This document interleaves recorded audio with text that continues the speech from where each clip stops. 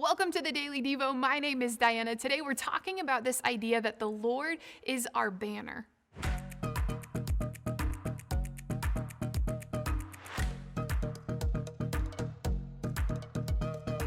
Do you have a favorite sports team? For many fans, right? They often have clothes with their favorite team's name on it. How about you? Do you have a hat or a shirt, maybe even a bag or a glass, a poster, anything with your favorite team on it?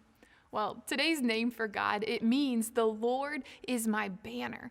It's a name of an altar, actually, that Moses built in Exodus. It's in chapter 17, starting in verse 15. It says, Moses built an altar, and he called it, "The Lord is my banner." Well, what happened is the Amalekites, they came and they attacked the Israelites. And remember, the Israelites, they're the people of God. And at the time in Exodus 17, a man named Moses is their leader. And Moses tells the men, he says, okay, go out and fight our enemy. But Moses and two others go up on top of a mountain, and they could see the battle that's happening down below in the valley. And verse 11 tells us that as long as Moses held up his hands, the people of God were winning. But if he lowered his hands, the enemy was winning. So Moses, naturally, he grew tired. The battle took quite a long time. And he held his hand in his air and he got tired. But the other two men that were with him, they were named Aaron and Hur. What they did is they brought a stone over for him to sit on. He could still keep his hands in his air, but he could sit down. And eventually scripture tells us that not only did they bring a stone over, that Aaron and Hur, they came over and each one, they held his hands up in the air so he could do what God asked him to do. It's a great story. Go read it in Exodus 17 today.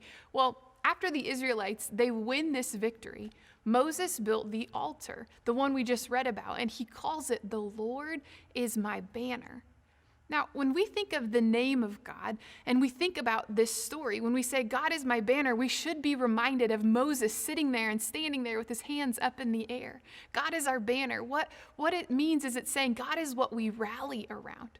One scholar described the name this way, and I quote, he says, "The name revealed Israel's assurance that God was the one who gave them the victory, and he was the one around whom that they were in the future to rally around," end quote. What he's saying is he's saying that, man, this name, God is the banner. He's what we rally around. He's the banner. He's the team we're cheering for. He's the team we're associating with. And I asked you if you had a favorite team. Well, if you show up to an event, what happens? You usually rally together with people who are cheering for your same team, right?